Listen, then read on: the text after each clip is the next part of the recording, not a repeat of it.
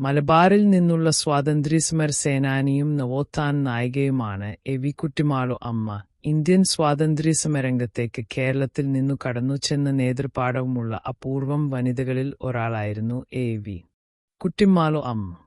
പാലക്കാട് ജില്ലയിലെ ആനക്കര ഗ്രാമത്തിലെ ആനക്കര വടക്കത്ത് കുടുംബത്തിൽ പെരുമ്പിലാവിൽ ഗോവിന്ദമേനോന്റെയും അമ്മയുടെയും മൂത്തമകളായി 1905 ഏപ്രിൽ 23-നാണ് കുട്ടിമാളു അമ്മ ജനിച്ചത്.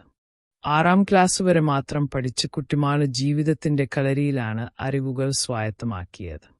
ഇന്ത്യയുടെ സ്വാതന്ത്ര്യസമര കാലഘട്ടം രൂപപ്പെടുത്തിയ അവരുടെ വ്യക്തിത്വം സവിശേഷമായിരുന്നു. ഹരിജനോദ്ധാരണ ഫണ്ട് ശേഖരണത്തിന്റെ ഭാഗമായി കോഴിക്കോട് എത്തിയ ഗാന്ധിജിക്ക് ഹുണ്ടിക പിരിവ് നടത്തി സ്വരൂപിച്ച പേഴ്സ് കുട്ടിമാളു അമ്മ കൈമാറി.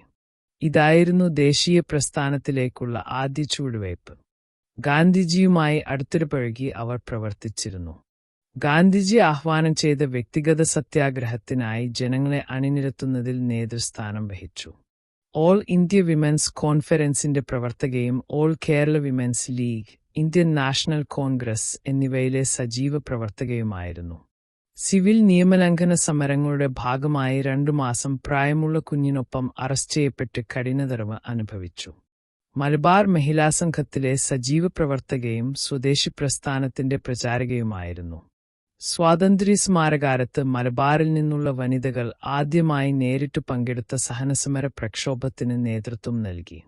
കുട്ടിമാളു അമ്മയുടെ പരിശ്രമഫലമായി നിരാലംബരായ കുഷ്ഠരോഗികൾക്കുവേണ്ടി 1946-ൽ ചേവായൂരിൽ ഒരു കുഷ്ഠരോഗ ആശുപത്രി സ്ഥാപിച്ചു.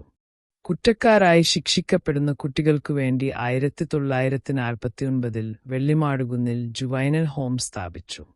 1985 ഏപ്രിൽ 14-നായിരുന്നു കുട്ടിമാളു അമ്മയുടെ മരണം.